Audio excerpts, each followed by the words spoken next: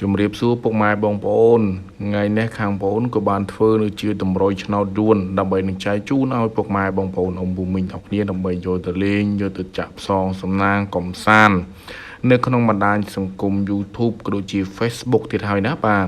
ហើយសម្រាប់ការធ្វើតម្រុយឆ្នោតបាទចេញពីខាងបងប្អូននេះគឺសិតតែតម្រុយឆ្នោតដែលមានភាគរយល្អភាគរយច្បាស់ចែកជូនឲ្យពុកម៉ែបងប្អូនលេងដោយមិនទាមទារសេវាទាមទារសគុណអីនោះទេណាបាទហើយសម្រាប់ពុកម៉ែបងប្អូនអ៊ំពូមីងទាំងគ្នាដែលកំពុងតែមើលផ្ទាល់ក៏ដូចជាការ live វិញនេះសម្រាប់ពុកម៉ែបងប្អូនដែលឃើញហើយដែលទស្សនាហើយណាបាទកុំភ្លេចជួយចុច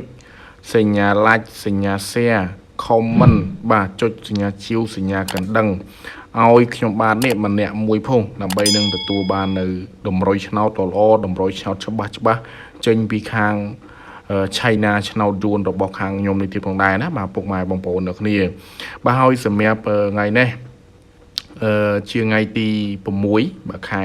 11ខែ12 2025ខាងបងចេញតម្រុយឲ្យពុកម៉ែបងប្អូនលេងទៅហើយនេះជាតម្រុយលេខល្អតម្រុយត្រីច្បាស់បាទយកទៅលេងបានបាទតម្រុយនេះគឺជាតម្រុយលេខល្អលេខច្បាស់អាចយកទៅលេងអាចយកទៅផ្សងសំណាងបានហើយមួយទៀតសម្រាប់ពុកម៉ែបងប្អូនដែលគាត់ចង់ស្គាល់នៅ Facebook ក៏ដូចជាតាមរយៈលេខទូរស័ព្ទបងប្អូនអញ្ចឹងគឺបងប្អូនបង្ហាញ Facebook មួយសម្រាប់ឲ្យពុកម៉ែបងប្អូនដែលគាត់ចង់ឆាតមកលេងឬក៏ឆាតមកលេងជាមួយបងប្អូនគឺអាចតាក់ទងមកតាម Facebook នេះបានឬក៏ចូលលេខច្បាស់លេខបុក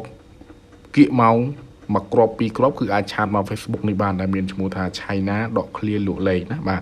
វាយតែឆៃណាលក់លេខទៅគឺចេញតម្រងចេញ logo បែបហ្នឹងហើយសម្រាប់លេខសាច់គឺមានមួយខ្សែហ្នឹងអញ្ចឹងជាចុងក្រោយជូនពរឲ្យពុកម៉ែបងប្អូនសំណាងល្អហេងណាបាទបុកបានលុយតគ្នាបាទ